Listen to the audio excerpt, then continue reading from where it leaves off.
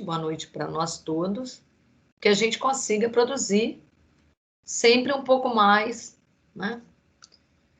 Então tá aí, gente. Eu trago na aula de hoje o mesmo exemplo que a gente trabalhou um pouco a aula passada. Só que agora a gente vai trabalhar com uma outra pegada.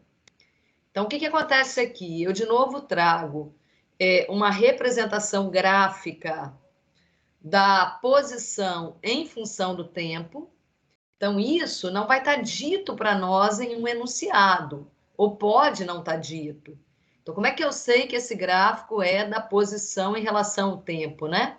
Eu tenho que vir aqui, ó, posição, S de posição, unidade de quilômetro, e no eixo X, o tempo, T, cuja unidade é hora. Então, esse gráfico representa para nós a posição em função do tempo. Então, a primeira grandeza que eu falei foi posição, que está ali representada no eixo Y. Então, eu sempre leio primeiro o que está no eixo Y. E daí, quando eu olho para esse gráfico, eu vejo que ele é composto por pedacinhos de curva. Então, do A até o C, a gente tem aí uma curva vermelha. E essa curva vermelha, pessoal, não está dito para vocês, eu precisaria dizer, portanto, vou dizer agora, que ela é um pedaço de uma parábola. Ela é um ramo da parábola. Então, é um trecho de uma parábola.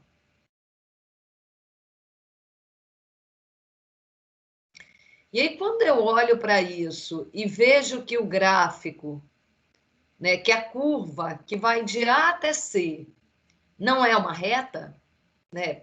Pode ser uma parábola, mas poderia ser qualquer outra curva, tá? Neste caso, é uma parábola.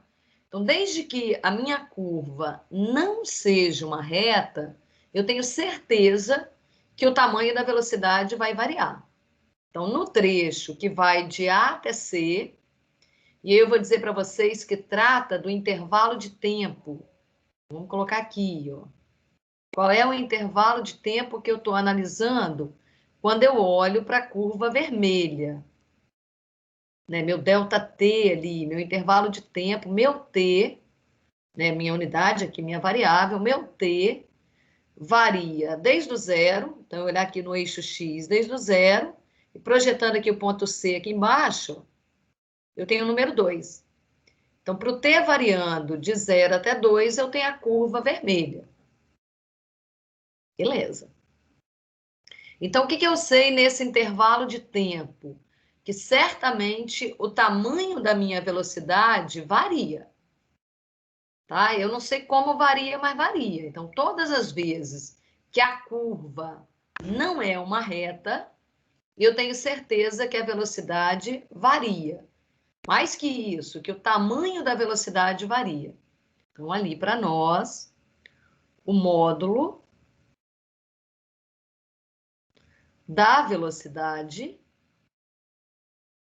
Como é que você representa simbolicamente módulo de velocidade?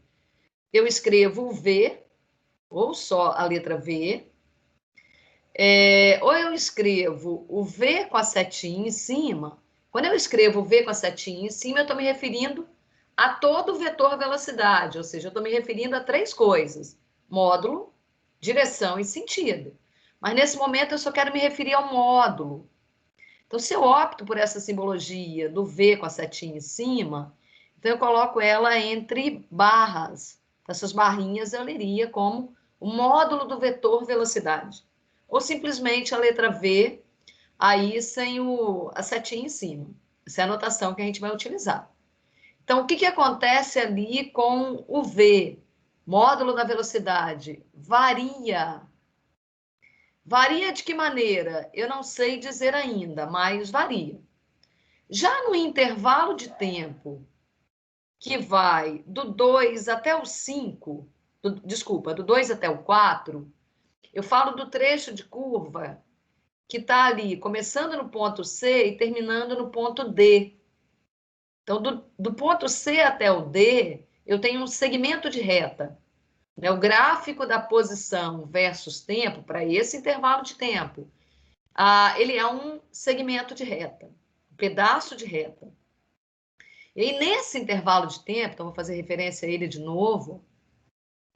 Jamília, você está pedindo para eu compartilhar com você aqui a apresentação? Ou é só um engano mesmo? Não sei, acho que deve ser um engano, eu vou negar, tá, Jamília? Se você quiser, você me fala. Então, agora aqui, pessoal, segundo trecho. Então, eu estou falando do intervalo de tempo que vai aqui desde o 2 e termina aqui no 4. Então, olho a variação do x e essa variação do x está medindo ali para nós a variação do t, né, no eixo x. Então, para o t variando de 2, aqui, pessoal, eu vou colocar um 2, ó, tá vendo que só está o sinal aqui de menor? Então, vou dizer assim, eu estou excluindo o instante 2. Mas se eu colocar menor ou igual, também não teria nenhum problema. E vai até o x do ponto D, que é 4. Então, o que acontece nesse intervalo de tempo? A gente observe que a curva que tem extremos no C e no D, é uma reta, é um segmento de reta. Então, ali, ó, a curva, estranho falar curva, né? Mas na matemática, mesmo que eu tenha uma reta, eu falo que é uma curva, não tem problema. A curva é um segmento de reta. Todas as vezes que eu tenho ali um segmento de reta ou uma reta, uma coisa ou outra, isso implica dizer que o V, que o módulo da velocidade, é constante, não varia. Agora, mais que isso, nesse trechinho aqui, o que acontece naquele trechinho? Cada par ordenado que pertence a esse trecho, se eu caminhar sobre esse trecho, ó, então o que esses pares ordenados que eu pintei ali em rosa têm em comum? Todos eles têm o mesmo y, porém o x varia. Então, à medida que eu vou caminhando para cá, ó, que eu fui desenhando os meus pares ordenados, o que ia acontecendo? O t ia aumentando, o tempo ia passando, porém a posição é o que está no eixo y, ela não varia. Então, nesse trechinho aqui, eu tenho uma certeza. O carro, a partícula, está parada, ela está em repouso. Então, a velocidade é constante, vale zero, porque eu tenho um móvel que se encontra em repouso. Né? Se eu estiver falando de um carro, nesse intervalo de tempo, eu diria que meu carro está parado, está em repouso. E aí, para o carro estar em repouso, vou colocar carro entre aspas, porque é qualquer objeto que eu estiver analisando. Certamente, o fato dele estar em repouso significa dizer que o tamanho da minha velocidade é zero. Tá? Então, o móvel, para estar parado, tem que ter a velocidade valendo zero. Bom, o que ocorre agora do ponto D até o F, ou seja, nessa outra curva que a gente está vendo aqui à direita, que corresponde a um intervalo de tempo em que a gente tem ali o tempo variando desde o 4 até o 7. Né? Então, do 4 até o 7, o tempo variando do 4 até o 7, se a gente observar a curva não é reta. Né? Isso aqui não é uma reta. De novo, eu diria para vocês que essa camarada também é um trecho de parábola. Ah, mas eu consigo identificar que essa curva é um pedaço de parábola? Identificar sem que seja dito? Não, vocês não vão conseguir identificar isso com facilidade. Tem outras curvas que têm aparência de parábola e que nem por isso eu teria ali uma função do tipo ax ao quadrado mais bx mais c. Porém, graficamente, até se assemelha a uma parábola. Então, o que acontece novamente nesse outro intervalo de tempo? Eu tenho a velocidade variando. Beleza? Então, é uma análise que a gente faria ali, sem ainda executar nenhum tipo de conta. Tá, pessoal? É claro que a gente poderia tentar fazer uma analogia ali sobre o tamanho da velocidade. Qual é o tamanho da velocidade em cada instante quando eu analiso o intervalo que vai do 0 até o 2? Então, assim, se eu tenho as minhas informações de maneira gráfica, na hora de falar em tamanho de velocidade, eu tenho que tentar resgatar isso também de maneira gráfica. Então, quando eu olho para isso daqui, ó, as informações estão passadas em um gráfico. Então, quando alguém chega ali para mim e fala assim, nossa, quanto vale, por exemplo, a velocidade no instante 1? Imagina que seja perguntar isso para mim. Quanto vale a velocidade no instante 1? Pessoal, nesse momento, eu estou perguntando sobre o tamanho da velocidade instantânea.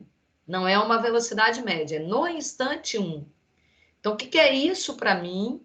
Que tipo de conta eu vou fazer? Conta entre aspas. Eu não tenho dados ainda que me possibilitam fazer contas. Preciso extrair mais coisa. Então, o que eu faria? Eu viria aqui na curva, exatamente no ponto sobre a curva em que o t vale 1.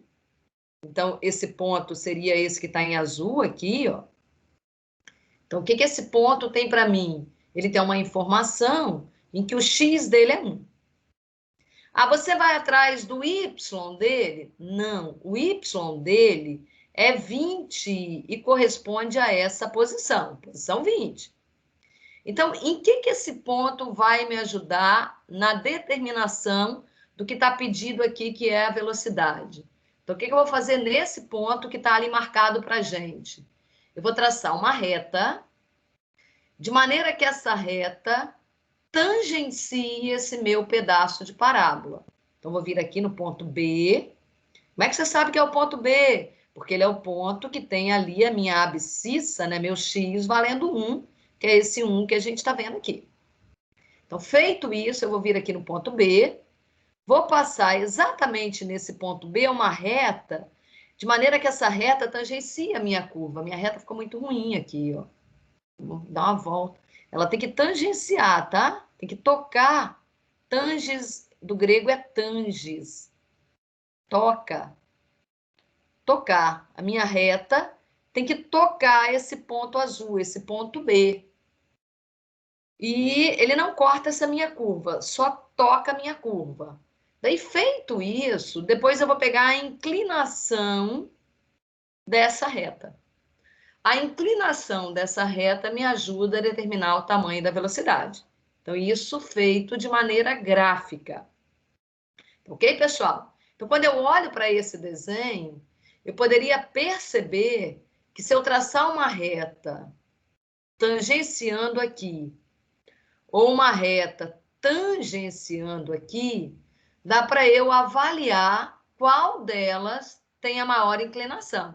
Então, alguém poderia me perguntar, olha, será que a velocidade é maior num instante, sei lá, 30 minutos, meio aqui, ó, é maior no instante 1 ou é maior no instante, digamos, 1,5, né? Então, imagina que alguém me perguntasse sobre o tamanho, comparando. Quem que é maior? V de meio, meia hora, é maior ou é menor que V de 1? Então, isso fosse uma pergunta. Então, para eu determinar qual das duas é maior, se é a velocidade no instante meio ou se é a velocidade no instante 1, o que a gente teria que fazer? Marcar o ponto meio aqui, vir aqui sobre a curva, encontrar o ponto com a abscissa valendo meio, ok, pessoal? Então, esse é um ponto em que a abscissa vale meio. Daí, o que eu faria nesse ponto? Traçaria a reta tangente. Vai ali nesse pontinho e desenha uma reta tangenciando esse pontinho. Essa reta aqui, ela vai ser menos inclinada que a verde. A reta laranja, ela tem uma inclinação menor que a inclinação da reta verde. Tá, e daí? Bom, daí que se a inclinação da laranja é menor que a inclinação da verde, é porque a velocidade no instante meio é menor que a velocidade no instante 1. Então, quanto menor a inclinação, menor a velocidade. Ah, mas você pode traçar qualquer reta tangente em qualquer lugar, em qualquer gráfico? Não, para obter o tamanho da velocidade via inclinação de reta, eu preciso ter o desenho da posição versus tempo. Ok, pessoal? Então, essa inclinação para a gente mede o que a gente diz assim, ó, era o ΔS dividido por ΔT, isso era a velocidade média, só que a gente faz o ΔT tender a zero, ficar muito pequenininho. E aí, na hora que a gente fala que vai fazer o ΔT tender a zero, nosso intervalinho de tempo fica bem pequeno, como é que eu digo isso, expresso isso matematicamente? Eu falo que é o limite de ΔT tendendo a zero. E aí, essa camarada para a gente, antes representava a velocidade média. Mas quando o intervalo de tempo tender a zero, a minha velocidade média deixa de ser velocidade média e passa a ser o que nós chamamos de velocidade instantânea.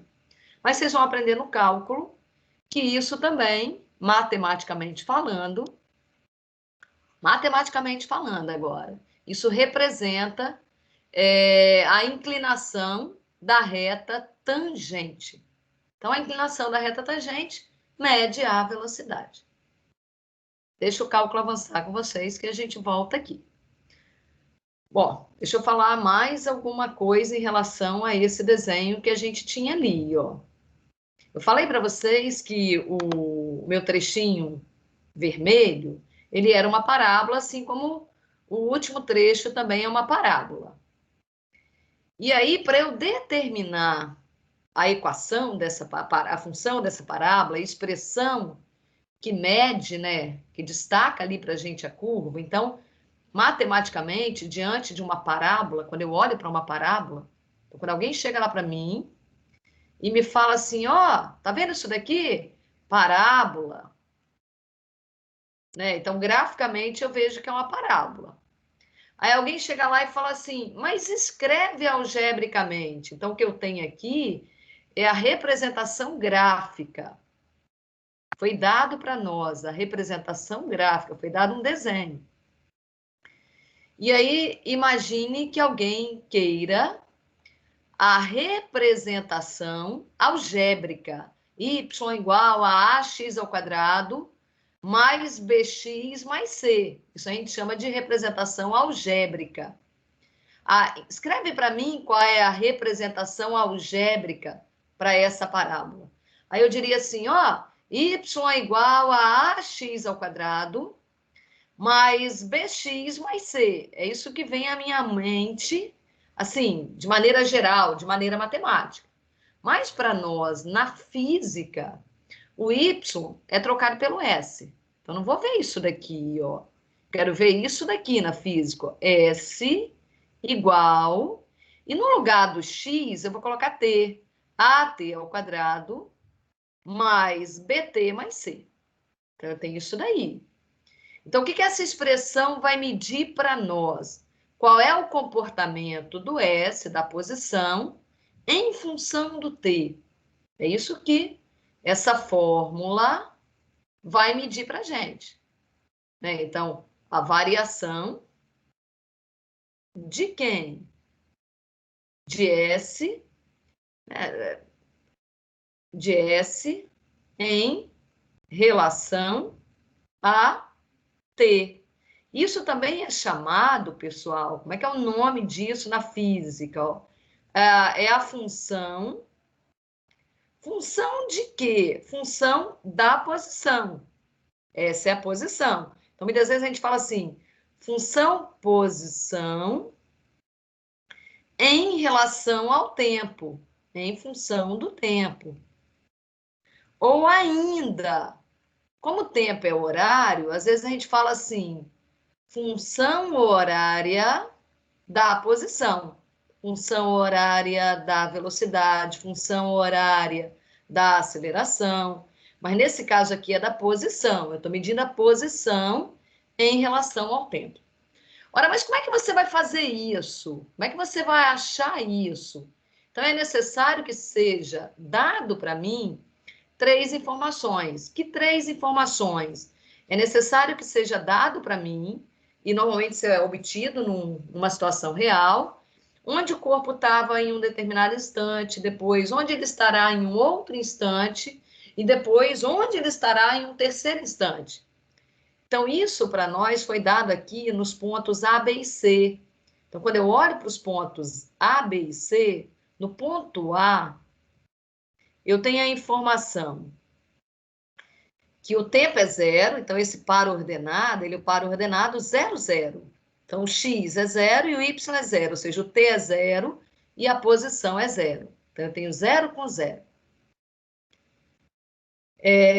Além disso, no ponto B, quem é o ponto B? O ponto B tem um x valendo 1 e tem um y valendo 20, ou seja, tem um t valendo 1 e tem o s valendo 20. Então, no instante 1, meu relógio estiver marcando 1, depois que eu comecei a cronometrar, eu vou estar na posição 20.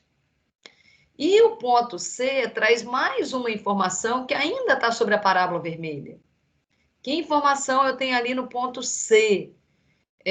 Que quando o instante for 2, a gente tem a posição valendo 60. Então, a gente tem essas 3 informações. Com essas 3 informações, pessoal, a gente será capaz, nós seremos capazes de achar os valores de A, de B e de C. E dessa maneira a gente é capaz de achar a posição em qualquer instante. Então, eu quero saber, por exemplo, para esse T aqui, ó, quando T valer, sei lá, 1 e pouco, ó, esse T aqui, ó, em que local o carro vai estar? Então, quanto vai ser esse cara aqui? Então, eu pego o instante, eu pego o valor do T e acho o S em função desse T. Só que antes disso, eu tenho que achar o A, eu tenho que achar o B e eu tenho que achar o C. E os valores que vão ajudar a gente são esses 3 que foram dados aqui no desenho. Então, assim, quando a posição for 0, vou colocar aqui no lugar do S 0, o que vai acontecer com o tempo? O tempo também é 0. Então, vou vir aqui no lugar do T e também vou colocar 0. Então, vai ficar A vezes 0 ao quadrado, 0 ao quadrado é 0, mais B vezes 0, mais C. Quando eu olho para essa equação, A vezes 0 é 0, B vezes 0 é 0, então eu descubro que o C da minha função do segundo grau é igual a 0. Bom, já achei o valor de C. O que você vai fazer para achar o A e o B? Vou continuar aqui com as minhas informações. Então, quando o S for 20, então no lugar do S vou colocar 20. Quando o S for 20, o que vai acontecer com o T? O T é 1. Então, no lugar do T, né, da grandeza tempo, eu vou colocar 1. Então, vai ficar A vezes 1 ao quadrado, A vezes 1, mais B vezes 1. E eu teria mais o C, mas eu já sei que o C é 0. Então, não preciso colocar ali. Então, o que fica ali para nós? Que A mais B tem que dar igual a 20. Dá para você descobrir o valor do A e do B só olhando para essa equação? Não, não dá para dizer assim, eu vou escolher o A igual a 1 e aí o B é 19. Eu não posso escolher. Eu tenho que achar o A e B que atendam também a terceira informação que vem lá do ponto C. Então, usando a nossa terceira informação, da mesma maneira que eu usei as outras duas, no lugar do S, vou colocar 60, 60. E no lugar do T, vou colocar 2. Então, 2 ao quadrado, 4. Vai ficar 4A mais 2B. Então, eu chego a essa equação aqui, ó, que 4A mais 2B igual a 60, que dá até para eu dividir todo mundo por 2. Ó, né? Então, se eu divido aqui por 2, 4A vira 2A. 2A, 2B vira 1B, mais 1B, e 60 dividido por 2 é 30. Então, o que eu tenho? Eu tenho essas duas equações, e usando as duas, eu sou capaz de achar os valores de A e B. Então, nesse meu sistema de equações, eu preciso usar um método de resolução de duas equações, duas variáveis, que nesse caso pode ser, por exemplo, fazendo ali a equação 2 menos a equação 1. Se eu fizer isso, o que vai acontecer com a incógnita B? Ela vai embora. Vai ficar 2A menos A vira A, B menos B vira 0B. E 30 menos 20 dá 10. Então, eu descubro que meu A é igual a 10. E como A mais B é igual a 20, então o valor do B também é igual a 10. 20 menos 10. Então, agora que eu tenho os valores de A, de B e de C, eu posso voltar aqui na função posição e dizer assim, olha, então, você é capaz de escrever a posição do primeiro trecho, hein, pessoal? Agora, como uma função do tempo, ela depende do tempo, ela depende do instante. O corpo não está parado, o carro não está parado. No instante 0, ele está num lugar, no instante 1, ele está em outro, depois de 1h30, ele está em outro. Então, a posição varia em função de t. Então, muitas vezes a gente coloca ali ao lado direito, né, da nossa grandeza, que nós estamos medindo, a nossa variável dependente, e ela depende de quem? Depende do tempo. Então, a gente coloca essa variável aqui, tempo, entre parênteses. S depende de T. De que maneira depende? O A é 10, 10T ao quadrado, B é 10 também, mais 10T. Então, essa fórmula, ela me ajuda a determinar a posição do carro, vou falar que é o carro, mas apenas para o intervalo que vai do instante 0 até o instante 2, tá, gente? Beleza? Alguém quer me perguntar alguma coisa? Bom, e o que você faria nesse terceiro trecho aqui, ó? Terceiro trecho, porque o segundo trecho é a posição. Então, se a gente olha para cá, ó, o que vai acontecer ali no meio? A posição, em qualquer instante, ela é igual a 60, ela não varia, ela fica parada, o corpo fica parado na posição 60. E se a gente quiser achar uma fórmula como essa que está aqui, para o terceiro trecho, que vai do D ao F, nós teríamos que fazer o mesmo tipo de conta, tá, pessoal? Então, eu tenho, de novo, 3 informações em forma de pares ordenados. São eles os pontos D, E e F. E não vou fazer, então, mais isso aqui, tá? Vou continuar. Se alguém tiver alguma dúvida, por favor, me diga, principalmente em relação a isso que a gente colocou aqui. Alguém quer perguntar alguma coisa? Parece que não, né? Então, continuo eu. Beleza?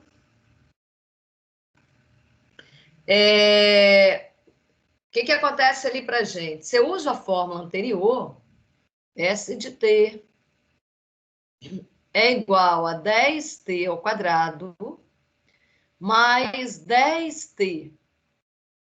Com essa fórmula, eu sou capaz de pegar meu intervalo que ia do 0 a 1 e determinar a posição em qualquer instante daquele intervalo, do 0 a 1 ou do 0 ao 2, do 0 ao 2, né? Ali eu só estou retratando do 0 a 1, mas é um intervalo que vai do 0 até o 2. Aqui eu só peguei um pedacinho, tá? Essa parábola, ela continua. Então, da onde você descobriu esse 3,9, por exemplo, que vocês estão vendo ali, ó? Né? Então, da onde eu tirei esse 3,9? Eu fui lá na minha fórmula e no lugar do T substituí 0,3. Então, eu achei que no instante 0,3, quando T valer 0,3, eu teria a posição dada pela fórmula, que é 10 vezes 0,3 ao quadrado, tempo ao quadrado, mais 10 vezes 0,3. Como eu vou ter um pouco de dificuldade aqui para fazer esse quadrado, eu vou desmembrar esse 0,3. E aqui 10 vezes 0,3 dá 3. 10 vezes 0,3 dá 3. E 3 vezes 0,3 dá 0,9. Então, a primeira parcela aqui dá 0,9, somada com 3, 3,9. É a posição do meu carrinho exatamente no instante 0,3, uma informação que não era dada de maneira gráfica, mas que agora a gente tem ali a função posição em função do tempo, função horária da posição. Ao fazer isso, eu consigo determinar a velocidade média em trechos menores. Então, quando eu determino a posição em instantes intermediários, por exemplo, eu tinha esse pontinho aqui, eu tinha a informação desse ponto. Então, quando ele me deu a informação exatamente desse ponto, em que ele falou que ali a posição era 20, ele tinha dado isso para mim, ó. Então, eu sabia que o instante era 1 e a posição era 20.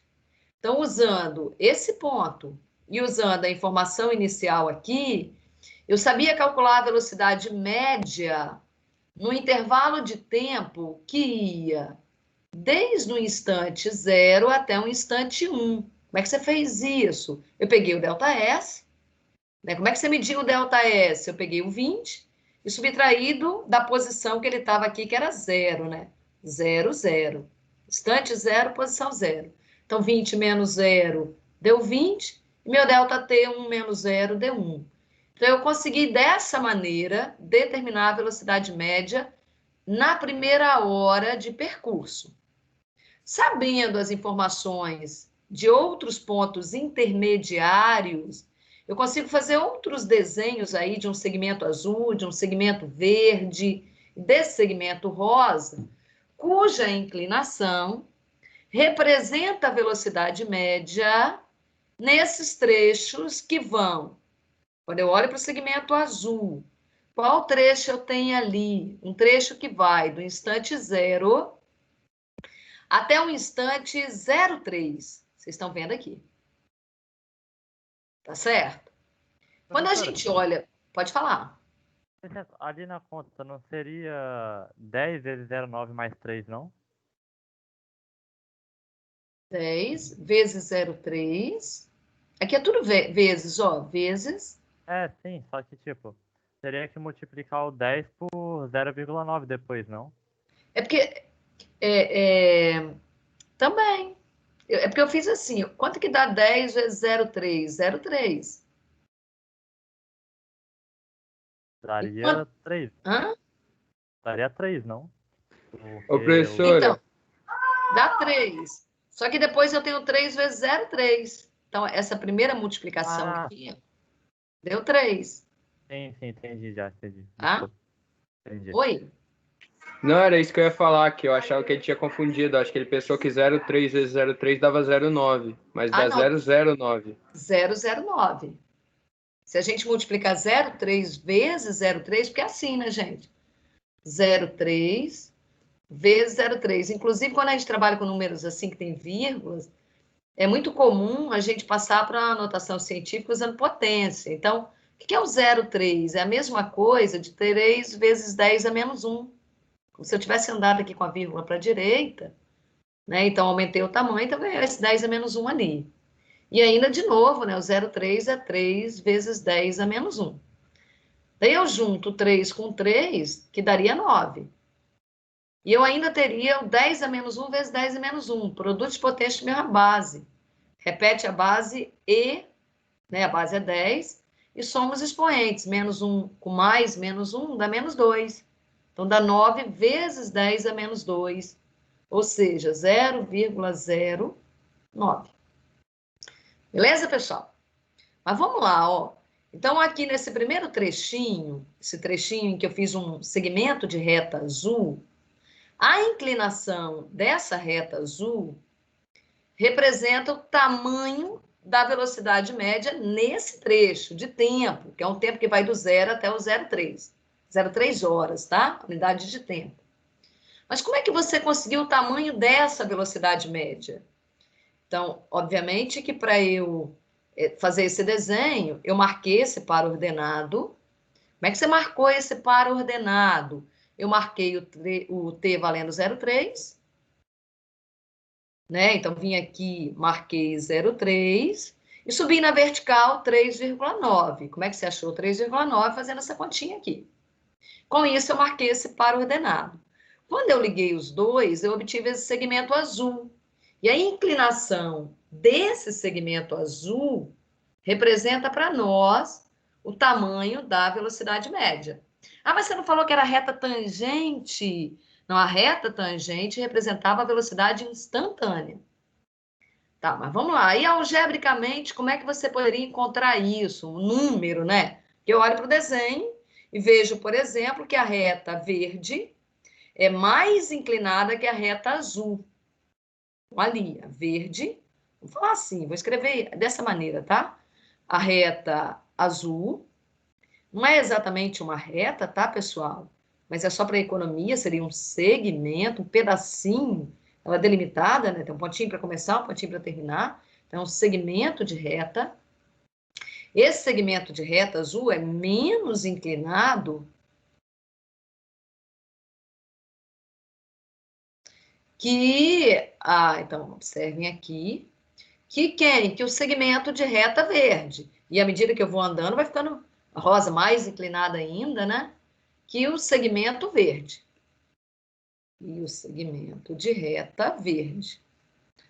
E aí, o que essa inclinação ela significa para nós?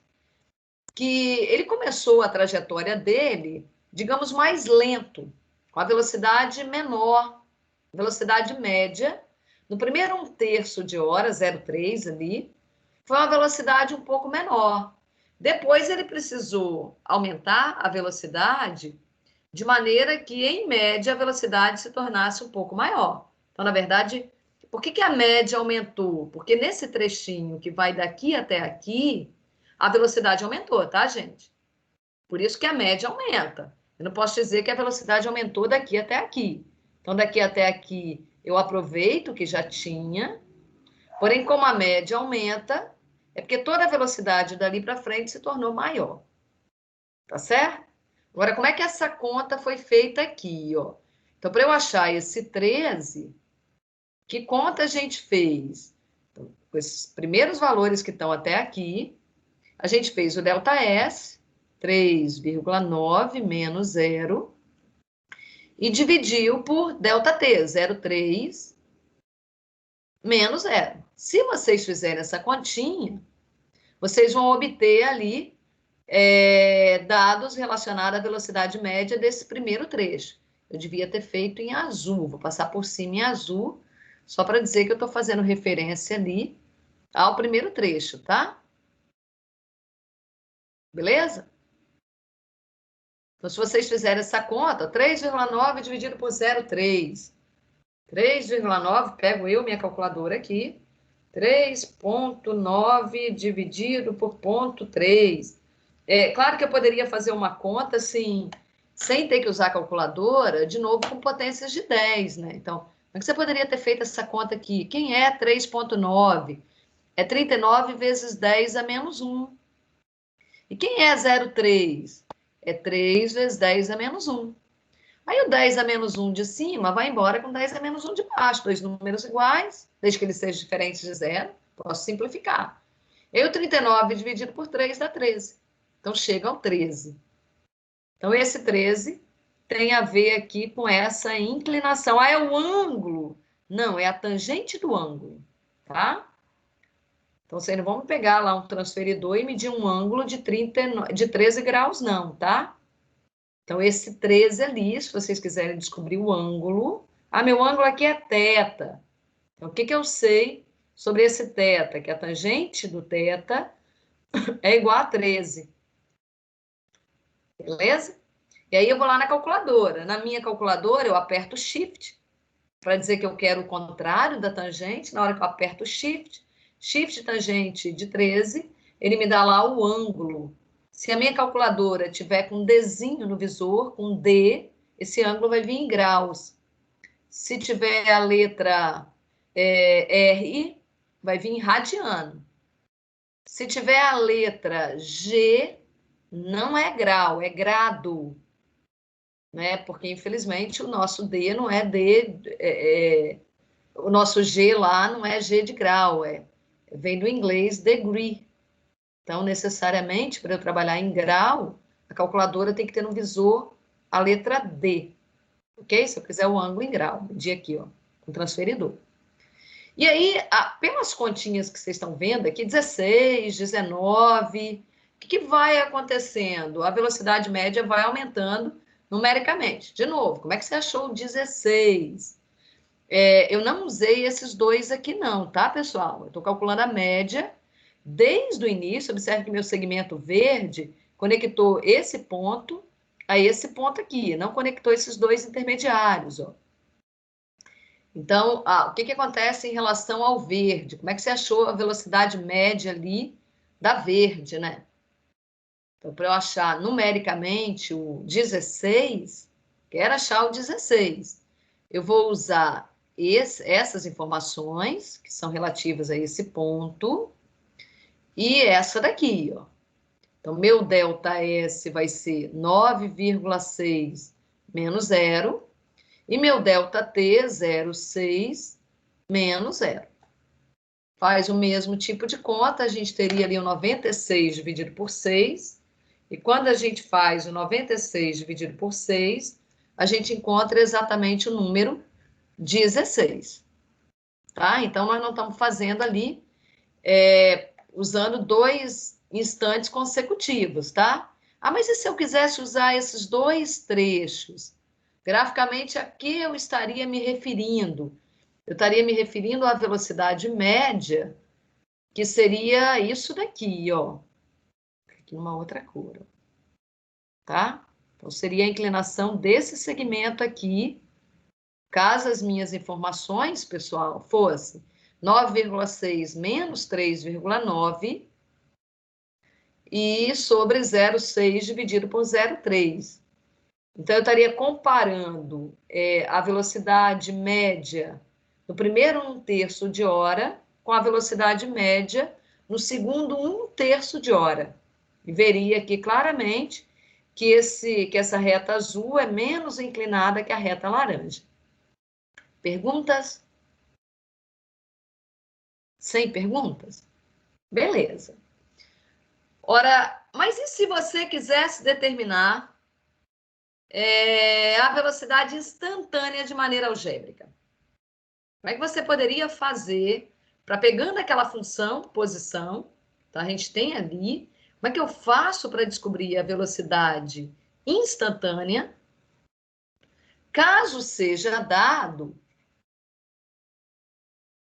a função posição, né? Isso aqui é dado. Alguém chegou lá para mim e me falou quanto vale. Então, no nosso exemplo, a gente conseguiu obter, né? Foi quanto? A S de t é igual a 10t ao quadrado mais 10t. Então, o que você vai fazer para determinar a velocidade instantânea, caso seja dada a função posição? Daí, o que eu sei, né? Pelo menos eu sei em teoria, não sei se eu sei executar. Então, nós sabemos, Newton, lá em 1600 e pouco, século 17, juntamente com Leibniz, viram na mesma época, um inglês, o outro suíço, eles descobriram que é possível a gente determinar a velocidade instantânea, fazendo o limite da razão da ΔS, né, da variação da posição, nosso ΔS, pela variação do tempo. Só que, de novo, se eu olho só para esse carinha, eu estou falando de velocidade média. Então, é interessante a gente perceber que a velocidade média, à medida que eu vou pegando ΔT menores, eu vou conseguindo obter uma velocidade média, né? Então, se a gente apaga ali o nosso desenho, aqui, por exemplo, nesse pedacinho, a gente vai ver que o segmento azul, ele até meio que se confunde com a parábola. Então, é como se ele pudesse trocar o desenho vermelho, parece entrar no lugar do desenho vermelho. Então, de certa maneira, quando eu faço meu intervalo de tempo ficar cada vez menor, do 0 até o 0,3, cada vez menor, né? Quando eu faço meu ΔT tendendo a 0, o que vai acontecer com essa razão que media, então, para nós, o tamanho lá da velocidade média? Então, se eu vou fazendo meu ΔT ficar cada vez menor, tendendo a 0, daí a nossa velocidade média se torna o que nós chamamos de velocidade instantânea. O Newton e o Leibniz chamaram esse limite de o quê? De derivada. Derivada de quem? Né? Dessa camarada que está em cima, ó, que é o S. Então, simbolicamente falando, nós diríamos que a velocidade nada mais é que derivada. A derivada mede taxa de variação. Só que é uma taxa de variação instantânea. Quando eu falo em derivada, o que eu estou medindo? Taxa de variação. Na física, o que é a velocidade? É a taxa de variação da posição em função do tempo. Então, se derivada é uma ferramenta matemática que mede taxa de variação, quando eu falo na derivada de S de t, aqui eu não coloquei a representação, pessoal, simbólica, estou chamando de derivada. Então, quando eu falo na derivada de S de t, na taxa de variação da posição, eu estou medindo a velocidade. Simbolicamente, no lugar da palavra derivada, eu diria isso, ou ainda S' de t. Ora, como fazer derivada? Como executar uma derivada? Como é que você vai fazer para executar uma derivada? Complicado para nós. Pessoal, todas as vezes que eu tiver a função posição dada por um polinômio é quando eu tenho a variável, t aqui é a minha variável, e o expoente dela é sempre um número inteiro positivo. Ou zero também, poderia ser zero. T elevado a zero, digamos assim, um número natural, inteiro positivo ou zero. Então, aqui é 2, aqui é 1. Poderia ser 3, poderia ser 5. Se fosse 5, eu diria que o grau do meu polinômio é 5.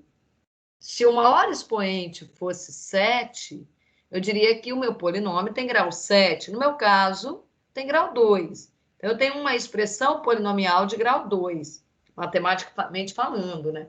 Então, todas as vezes que eu tiver um polinômio, que é o meu caso aqui, então eu tenho uma expressão que é um polinômio, uma função quadrática, né? Na matemática, eu não olharia para isso, diria a posição em função do tempo, eu diria uma função quadrática.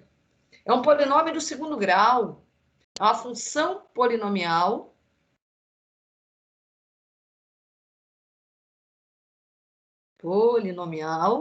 do segundo grau. Da onde você tirou segundo grau? Do expoente sendo 2 ali, meu maior expoente. Um deles é 2, o outro é 1. Uma hora é 2, é ele que nomeia aqui a nossa função polinomial. Tá, todas as vezes que eu tiver uma função polinomial, fica fácil derivar. O professor de cálculo vai fazer outras derivadas com vocês. Ele vai dizer assim, a derivada do seno é o cosseno, a derivada do logaritmo é 1 sobre x, eu não sei nada disso. Eu sei derivar um polinômio, que é o que eu preciso aqui. Então, como é que você vai fazer para obter a velocidade, se por acaso é dado a função posição? Então, vamos lá, executar já aqui. Eu vou executar a velocidade, a gente vai fazer isso várias outras vezes. Então, vou olhar para a minha função posição e cada parcela que vai aparecendo, eu vou executar a derivada dela. Então, vou derivar o 10t ao quadrado e vou derivar separado 10t. E vou somar as duas derivadas. Se tivesse um menos aqui, eu subtrairia. Então, é como se eu fosse caminhando da esquerda para a direita, e por onde eu vou passando, eu vou derivando, vou derivando. Então, esse número que está aqui na frente, gente, eu não estou provando nada, tá? O professor de cálculo vai fazer isso muito melhor que a gente. Nesse momento, eu não quero ensinar cálculo. Eu vou repetir esse 10. 10 está ali, o coeficiente, esse número que está ali acompanhando a minha variável, tá? Não está sozinho. Então, quanto vale a derivada de 10t ao quadrado? Vou repetir o 10. Esse carinha que está aqui em cima, ele vai cair, entre aspas, e eu vou subtrair 1 do expoente. Vou repetir o t e vou subtrair 1 do expoente. Vou até escrever aqui, 2 menos 1. Dá 1, já poderia ter escrito 1. Então, repetir o número que estava ali na frente. E a minha potência, o que aconteceu com a minha potência? O expoente caiu e eu subtraí 1 do expoente. Você vai fazer isso sempre, independente da função? Não foi isso que eu falei. Em função polinomial é assim que eu trabalho. E eu só quero trabalhar com função polinomial na física. Aí agora eu vou ter que derivar o 10t. Então, qual é a derivada do 10t? Vou proceder da mesma maneira. Vou repetir o 10, que é o número que está aqui. Esse 1 vai cair. Está ele aqui. Era o 1 que estava lá em cima. Eu vou até colocar em azul o expoente que eu tinha, ó, que era o expoente, ó, ele caiu. Aqui era o expoente. O que aconteceu com o expoente? O que estava caiu e o que eu tinha inicialmente caiu, eu subtraí 1 para virar meu novo expoente. Que, de novo, eu tenho 1 e o expoente, novo expoente, vai ficar o que era menos 1. E deixa eu escrever ali a letra T. Então, agora escrevendo a letra T. Letra T aqui. Reescrevendo isso um pouco melhor, 10 vezes 2, 20. 20t, né? 2 menos 1, 1. E aqui 1 menos 1, 0. T elevado a 0 é 1. Então, vai ficar 20t mais 10. Então, o que essa fórmula me ajuda a medir? Quanto vale a velocidade em qualquer instante? V de t é igual a 20t. Vocês aprenderam a derivar, gente? Não. Nós vamos derivar mais algumas vezes? Vamos, mas vocês vão aprender a derivar qualquer função? Não, deixa o professor de cálculo. Então, por exemplo, se eu quisesse determinar a velocidade no instante 0,3, falei que a média para vocês era 13, tá? A média no intervalo do 0 a 0,3. Mas se eu quiser saber quanto mede a velocidade no instante 0,3, V de 0,3, onde a gente está vendo T ali, 20, multiplicado por 0,3, no lugar do T estou colocando 0,3, somado com 10. 20 vezes 0,3, 2 vezes 3, 6, 10 vezes 0,6, dá igual a 6, ficaria 6, mais 10, 16. Então, no instante 0,6, o corpo vai chegar no instante 0,6 com uma velocidade de tamanho 16. Mas a média que ele teve no intervalo foi uma média valendo 13. Então, nesse pontinho em particular, a velocidade é maior que a velocidade que ele teve em instantes anteriores. Então, ali, se eu medir o coeficiente da reta que tangencia, eu vou fazer uma reta tangenciando ali, fazer uma reta lilás. Então, uma reta aqui tangenciando nesse ponto. Esse ponto é o ponto de abscissa 0,3. O x dele vale 0,3.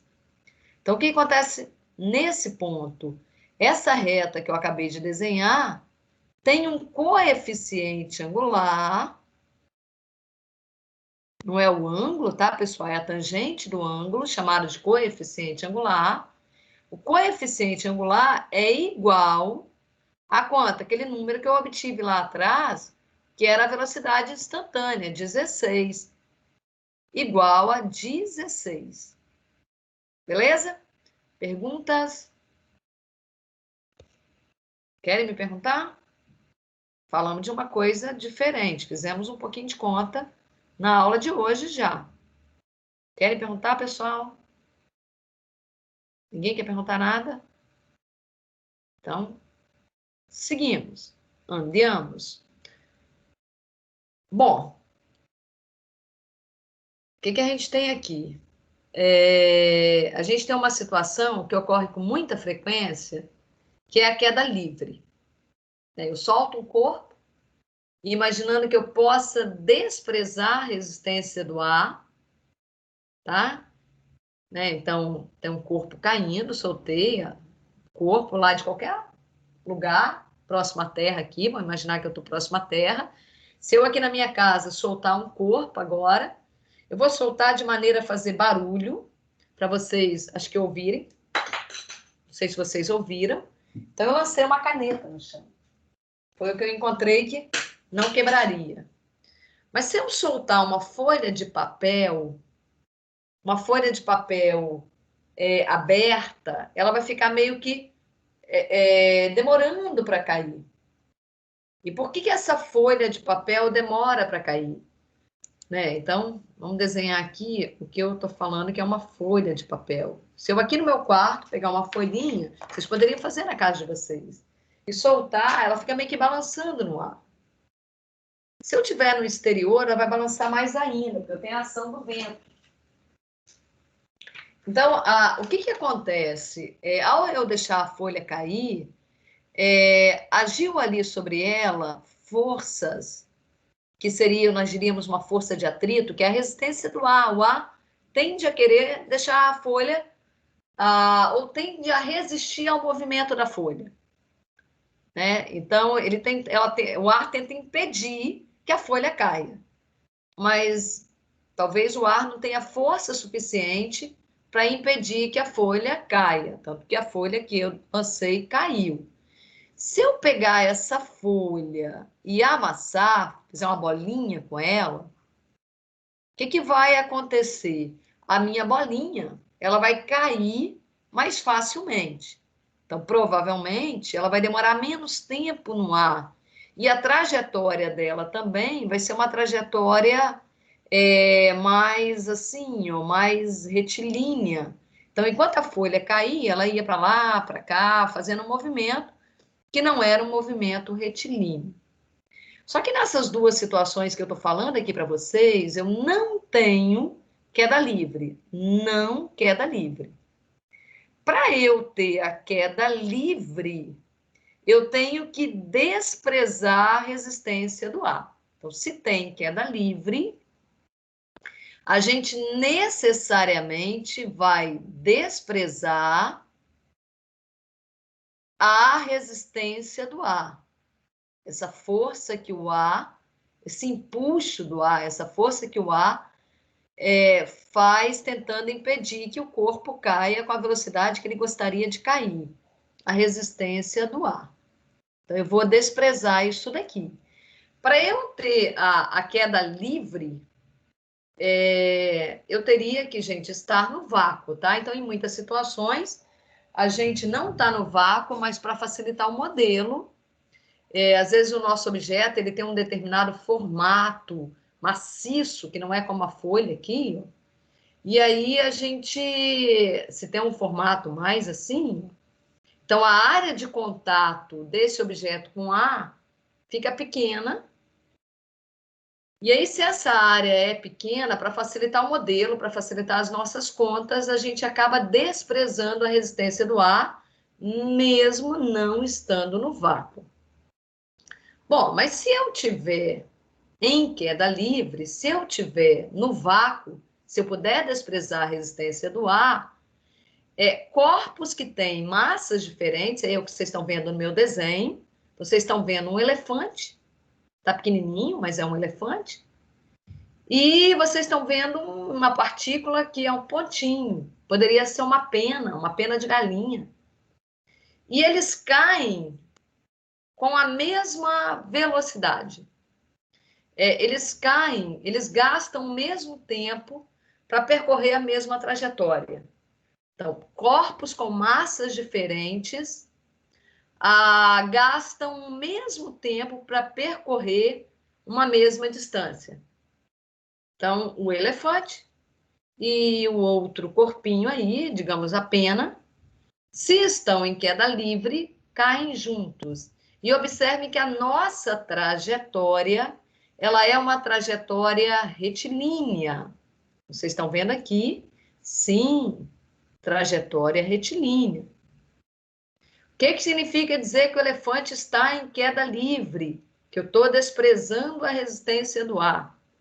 E que qualquer corpo com massa extremamente menor ou extremamente maior que a massa do elefante cairiam juntos se percorrerem, né, a mesma trajetória ali.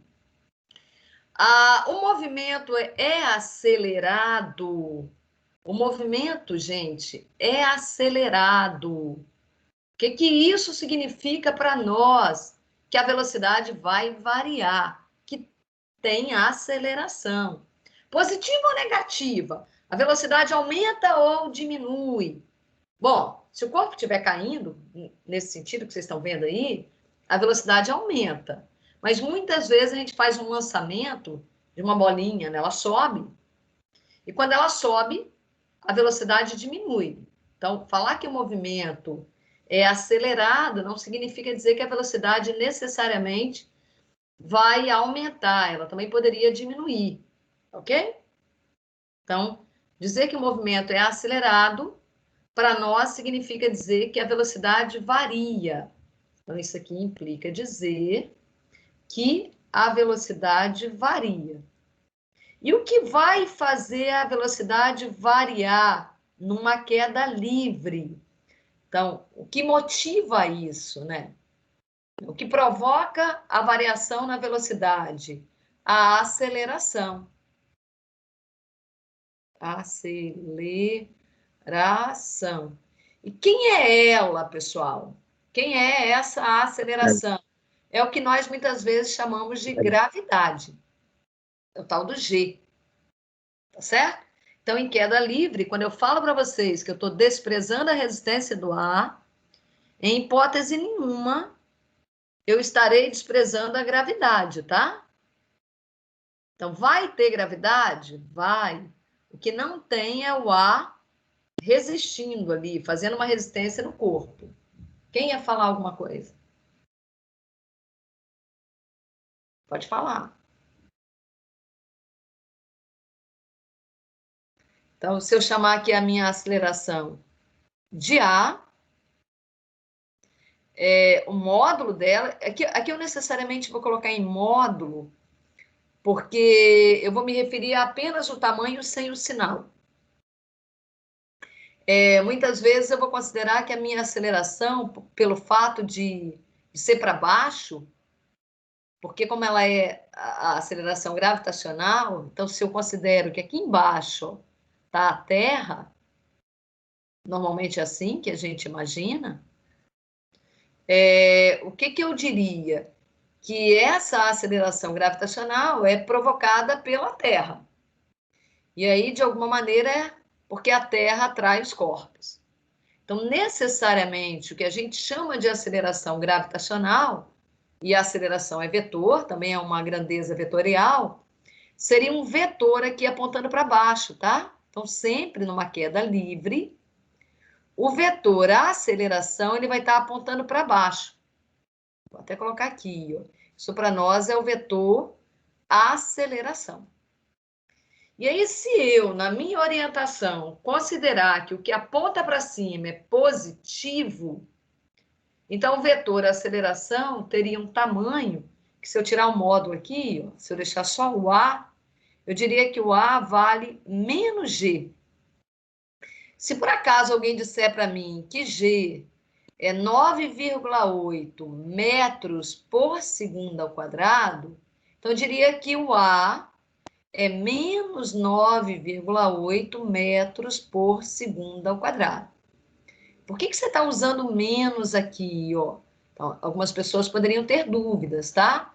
Então, o que acontece? Muitas vezes, não é sempre, mas na maioria das vezes, quando a gente tem um plano e a gente vai fazer os eixos cartesianos, então, na hora de representar os eixos cartesianos, a gente costuma fazer assim. O eixo Y apontando para cima, e a gente fala que quanto mais para cima, maior, ficando mais positivo, e a gente tende a fazer a orientação do eixo X para a direita. Então, tudo que estiver apontando para a esquerda vai ser negativo para nós. Tudo que estiver apontando para a direita vai ser positivo, né? Porque é tanto que a gente faz. Se eu colocar o 2 aqui, sei lá, então aqui está o 3, vai ficando mais positivo, 4. Se eu vier para o lado de cá, menos, eu vou subtraindo. Tá? Então, qualquer vetor que estiver apontando para baixo, caso eu use isso daqui como orientação, essa é a minha orientação, é assim que eu quero trabalhar. Eu quero trabalhar com o eixo Y apontando para cima, porque na matemática eu gosto de trabalhar assim. Então, se é assim que a gente vai trabalhar, então necessariamente o A para nós vai ser ali com menos na frente. Querem me perguntar alguma coisa? Então, referencial para nós é tudo. Na física é muito comum a gente falar, depende do referencial. Pergunta, gente? Então, ainda não fiz conta, estou apresentando para vocês o que é um modelo chamado de queda livre. Tem um modelo de queda livre, eu tenho uma aceleração que é constante e que o tamanho dela é dado pelo G. Muitas vezes a gente fala, G é igual a 10. Aí eu estou lá usando 10. Ah, não, eu quero usar G igual a 9,8. Aí vocês vão me ver usando A com um tamanho de 9,8. Positivo ou negativo? Vai depender da minha orientação dos eixos cartesianos. Ponto. Mas o que eu tenho numa queda livre? Eu tenho essa trajetória retilínea. Então, o corpo caindo ali numa linha reta. Beleza. Desprezou a resistência do ar? Desprezei a resistência do ar. Então, a única força que vai atuar sobre o corpo é a força peso. Tá? Ah, mas você disse que o peso não interferia no tempo que o corpo gasta para descer. Isso mesmo. Todas as vezes que eu puder desprezar a resistência do ar, o tempo que o elefante vai gastar para descer é o mesmo tempo que uma pena vai gastar para descer. Eu desprezo a massa, eu desprezo o formato e por aí vai. Eu desprezo realmente a resistência do ar. Mas eu não estou desprezando em momento nenhum a força-peso. Não quer dizer que a força-peso desapareceu. Ela só não interfere nisso que a gente está falando. Nem sempre as pessoas tiveram essa opinião. Então, antes de Cristo, Aristóteles, um grande filósofo, a gente usa muito ainda algumas das teorias que o Aristóteles deixou para a gente, mas essa que está fazendo referência a um corpo em queda livre, o Aristóteles dizia que corpos de massas diferentes, quando eram lançados de uma mesma altura, o corpo mais pesado sempre chegava primeiro. E o Aristóteles fazia experiências e as experiências dele comprovavam isso, os experimentos dele comprovavam isso. Só que ele não podia afirmar que isso ia acontecer em qualquer situação. Mas naquela situação em que ele não podia desprezar a resistência do ar, era verdadeira. Tá? Porém, ele fez uma afirmação que, de certa maneira, era uma afirmação genérica. E essa afirmação do Aristóteles realmente vale quando eu estou considerando ali a resistência do ar, mas eu também tenho que lembrar, gente, que mesmo que eu pegue corpos mais pesados, dependendo ali do formato dele, né? Às vezes ele é muito pesado, mas ele tem uma área de contato com o ar que é uma área muito grande. E aí, o que vai acontecer? Se eu tenho uma área muito grande, então a resistência do ar vai ser maior, porque vai incidir sobre toda essa área. Né? Se eu pego um corpo um pouco mais pesado que esse, ou um pouco menos pesado, digamos assim, menos pesado, uma bola. Imagina uma bola que seja levemente ali mais pesada que esse cara. Então, menos pesado, isso aqui menos pesado. O que vai acontecer com essa camarada? Ela vai cair antes, mesmo sendo menos pesada, que a folha. Então, se ela for levemente menos pesada. Então, eu vou ter ali uma força de atrito, uma força de resistência do ar, atuando sobre essa placa inteira. E aqui, a área de contato com o ar é menor. Então, isso também teria que ser levado em consideração pelo Aristóteles, mas o Aristóteles que viveu ali, olha a época que ele viveu, bem antes de Cristo. Ficava difícil para ele levar em consideração um conjunto de variáveis, tá? E aí, no século 17, 1600 e pouco, a gente tem um outro pesquisador, que é o Galileu, que apesar dele não poder simular o vácuo, hoje a NASA faz isso muito bem, até sugeri um vídeo para vocês, tentem ver aquele vídeo que eu sugeri, mesmo que seja no final de semana, sei lá quando. O Galileu, ele conseguiu prever o que ele não podia experimentar, fazer em forma de experimento. Claro que ele simulou, mas não era totalmente o vácuo. Então, o Galileu ele pôde afirmar para a gente que no vácuo, dois corpos que tinham massas diferentes, formatos diferentes, não importava, eles caíam juntos. Então, aqui, esse segundo desenho, eu tenho uma pedra, digamos que seja uma pedra, e eu tenho uma pena, e que elas estão juntas aqui no término aqui do meu cilindro.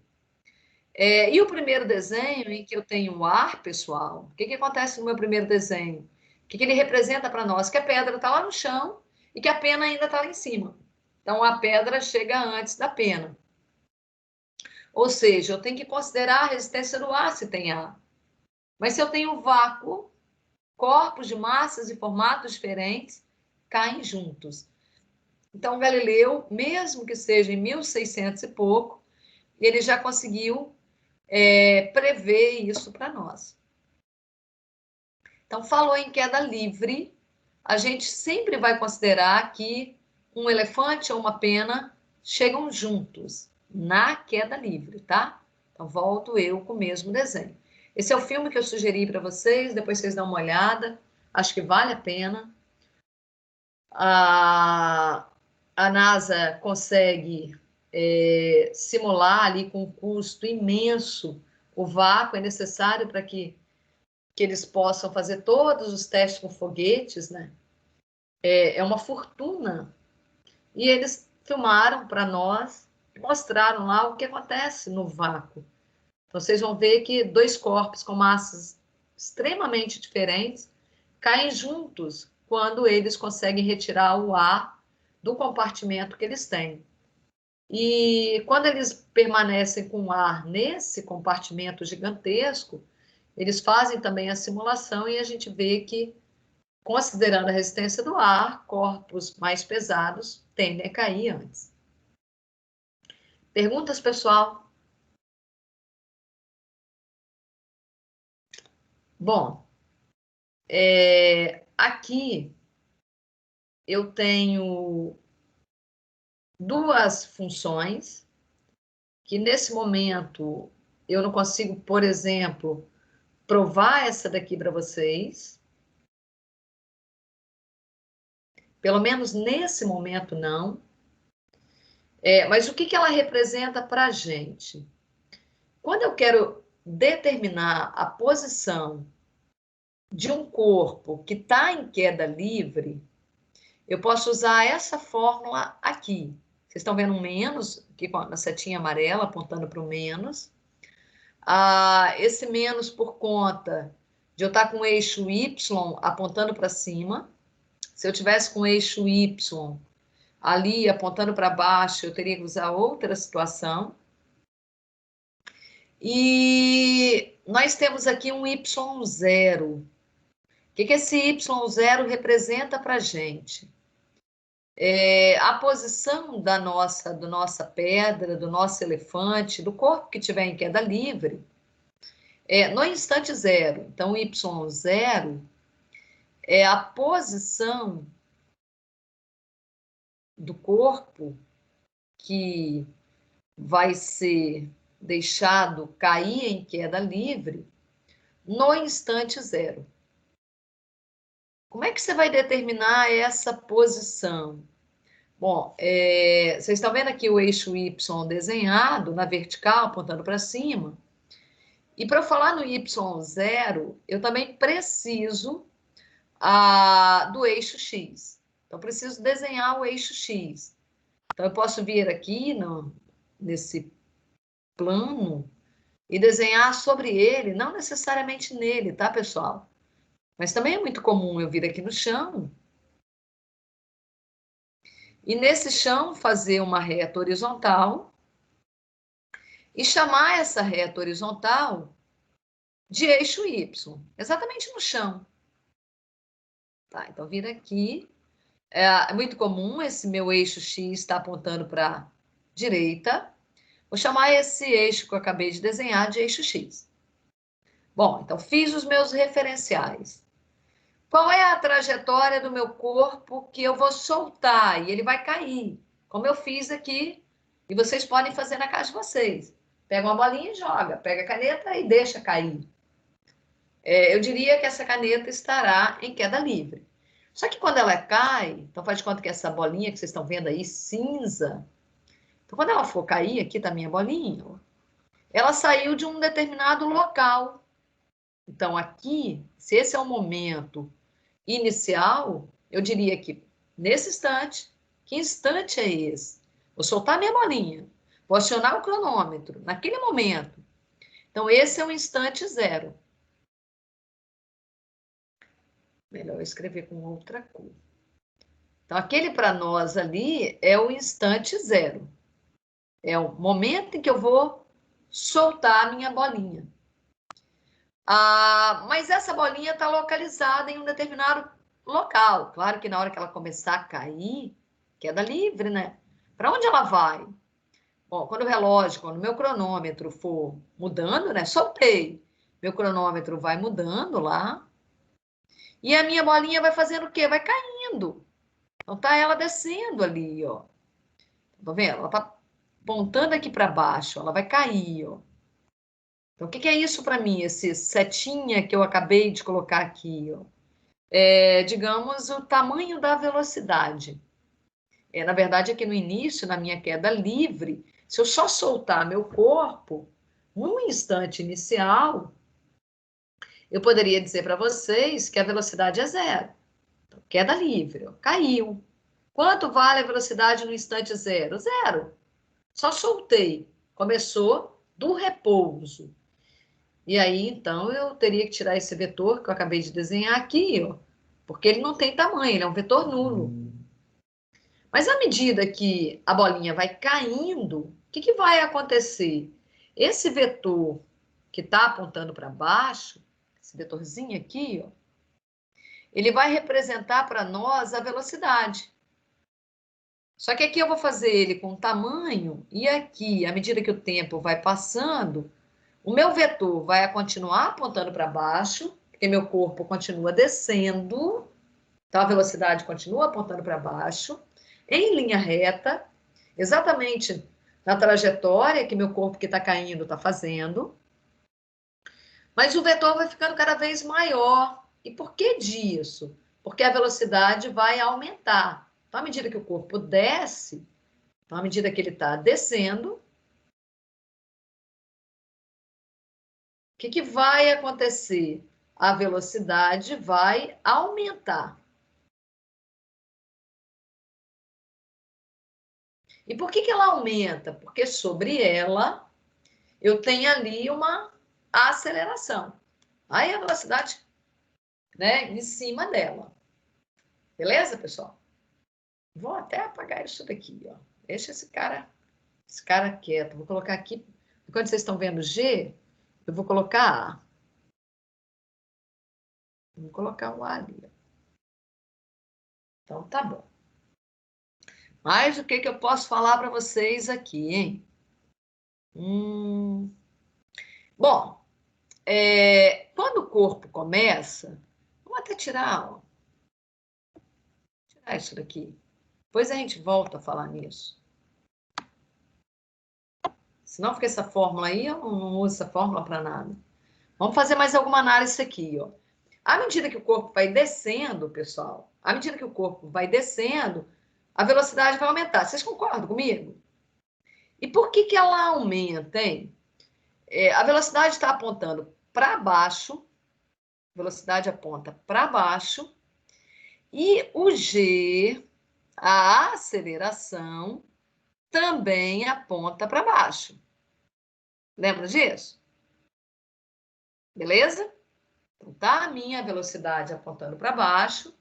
E a aceleração que tende a fazer o quê? Que tende a fazer a velocidade variar. Vai variar de que forma? Ora, se a aceleração e a velocidade estiverem apontando para o mesmo sentido, então as duas estão para baixo. Então, o que vai acontecer com a velocidade? Ela vai aumentar. A aceleração vai fazer a velocidade aumentar. Quando eu falo em aumentar, é aumentar em tamanho, tá? Talvez ela vá ficando mais negativa, mais negativa. Então, aqui só para eu colocar a tabelinha, vamos fazer uma tabelinha aqui de algumas velocidades pontuais. Então, o que acontece com a velocidade no instante zero?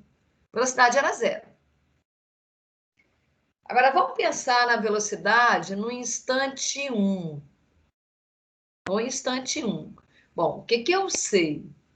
Que o tamanho da aceleração é igual a, se eu considerar G, pessoal, se eu considerar G valendo um tamanho que é 10 metros por segundo ao quadrado, meu exemplo aqui, tá? O que vai acontecer com a minha aceleração? Ela vai ser menos 10. Menos 10. O tamanho da minha aceleração é menos 10. O que isso significa para nós? Que a velocidade vai variar 10 metros por segundo a cada segundo.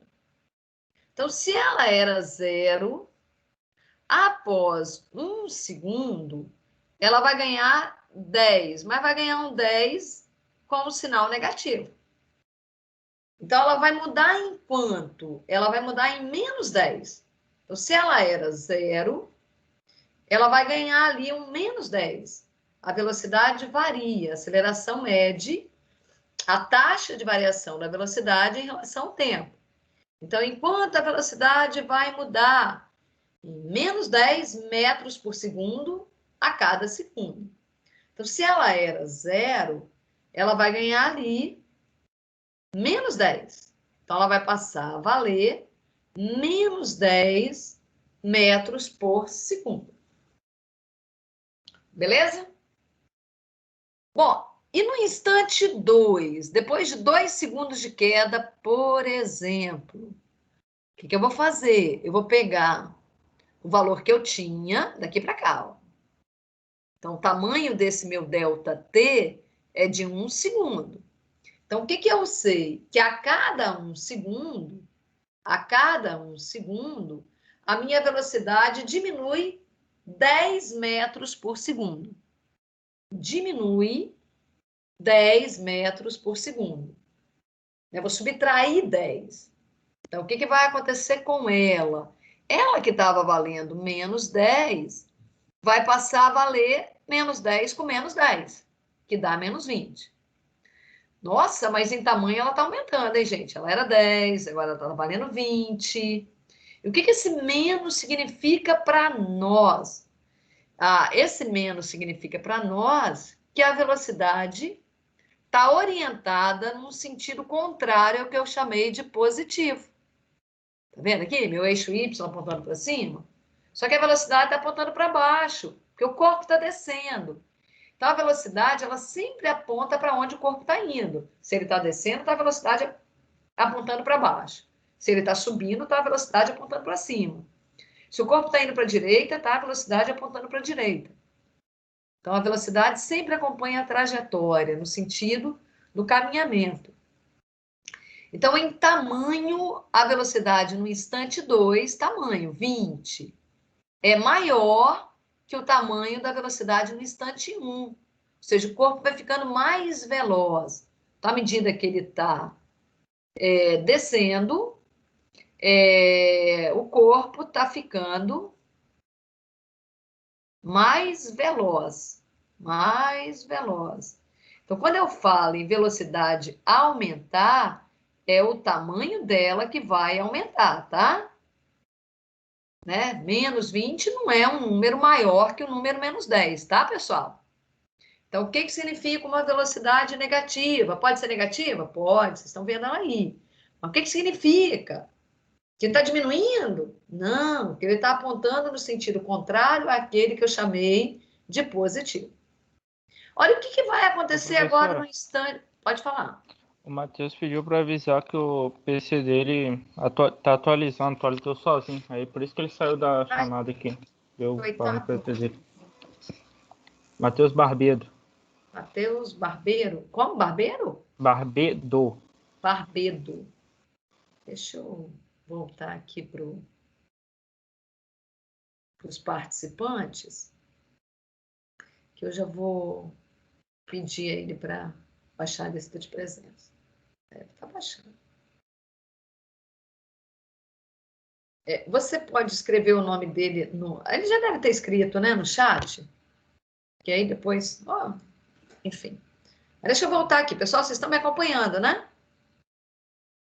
Então, galera, essa conta que eu estou fazendo aqui, essa continha que eu estou fazendo, então, a cada 1 segundo, do 2 para o 3, 1 segundo, o que eu sei que acontece? Eu sei que a velocidade sofre uma alteração no tamanho de 10. Só que ela vai ficando mais negativa em 10, mais negativa por causa desse menos. Então, ela pega o valor que ela já tinha no instante anterior e eu vou acrescentar ali um menos 10. Acrescentar dessa maneira. Então, fica menos 30. Então, de certa forma, o que vocês estão observando ali? Que a velocidade está variando com o tempo. Ora é menos 10, ora é menos 20, ora foi 0. Então, o que aconteceu, por exemplo, com a velocidade no instante 1? Como é que você mediu a velocidade no instante 1? Na hora de eu medir a velocidade no instante 1, eu peguei a velocidade do instante 0, peguei V de 0, essa camarada aqui, ó, tá ela aqui, e subtraí de 10. Foi essa conta que eu fiz. Na hora de eu pegar a velocidade no instante 2, eu medi a velocidade no instante 2, a conta que eu executei foi essa. Eu peguei a velocidade no instante 1 e subtraí, foi isso que eu fiz? Subtraí de 10.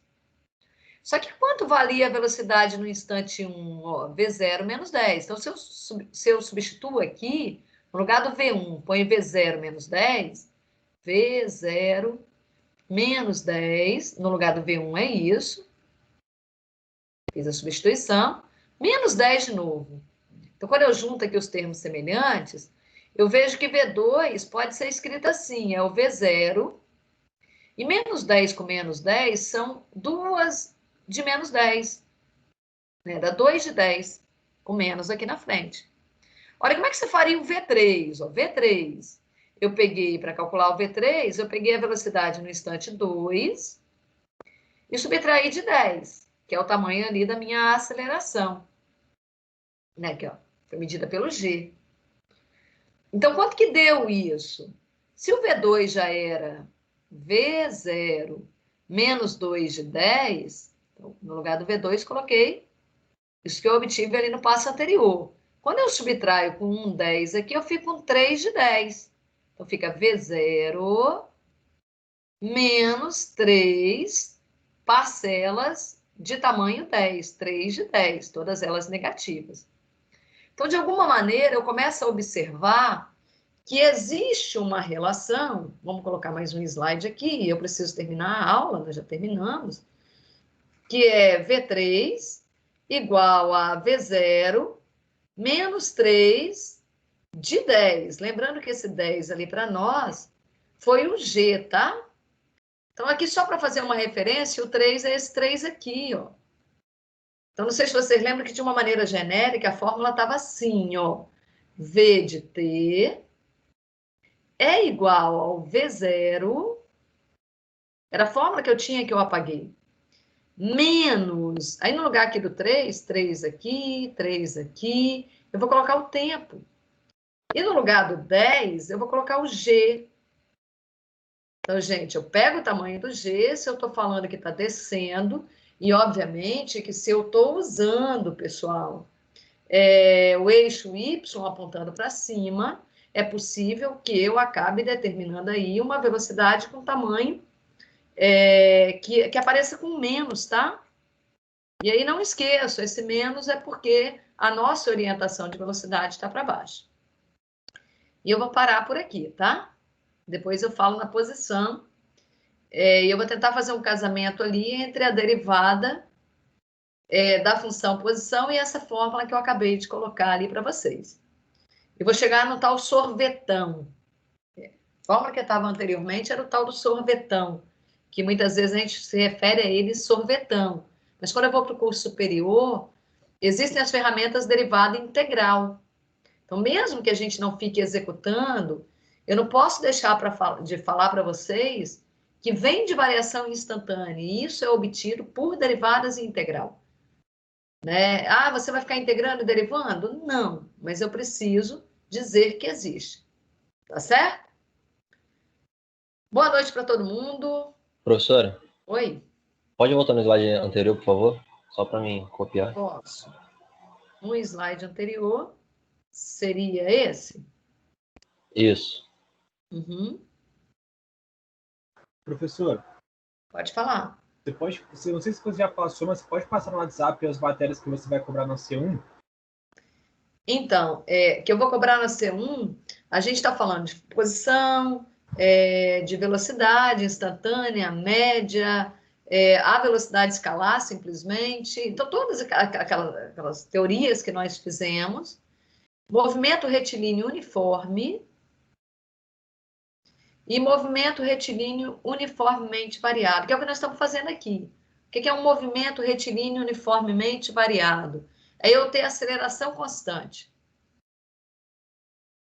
Então, todas as vezes que eu tiver uma aceleração constante, eu tenho o que nós chamamos de um movimento uniformemente variado. O retilíneo é por conta da trajetória. Então, a queda livre é um movimento retilíneo uniformemente variado. Beleza? E a gente fala mais. Nós temos um tempinho ainda para tratar sobre isso. Então, pessoal, não deixem de fazer aquela lista que eu propus. Aí eu sei fazer aquela lista, eu fiz as listas anteriores, eu sei aquelas definições teóricas, eu estou pegando todos os exercícios aqui do slide, estou entendendo o que está acontecendo. Diante de, por exemplo, nessas questões que eu chamo de praticando, eu consigo entender perfeitamente, não tem nenhuma pegadinha, isso para mim não é pegadinha, eu entendo isso perfeitamente. Não entendo, tragam as dúvidas. Se vocês conseguirem dar conta disso que a gente está propondo, certamente vocês vão conseguir fazer uma boa C1. Beleza? Então, tragam as dúvidas. Beleza, professora. Boa noite. Boa noite, gente. Até segunda.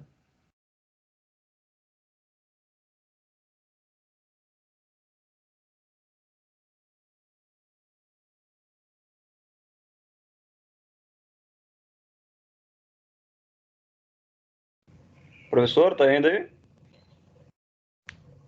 Alô? Desligou a minha cara.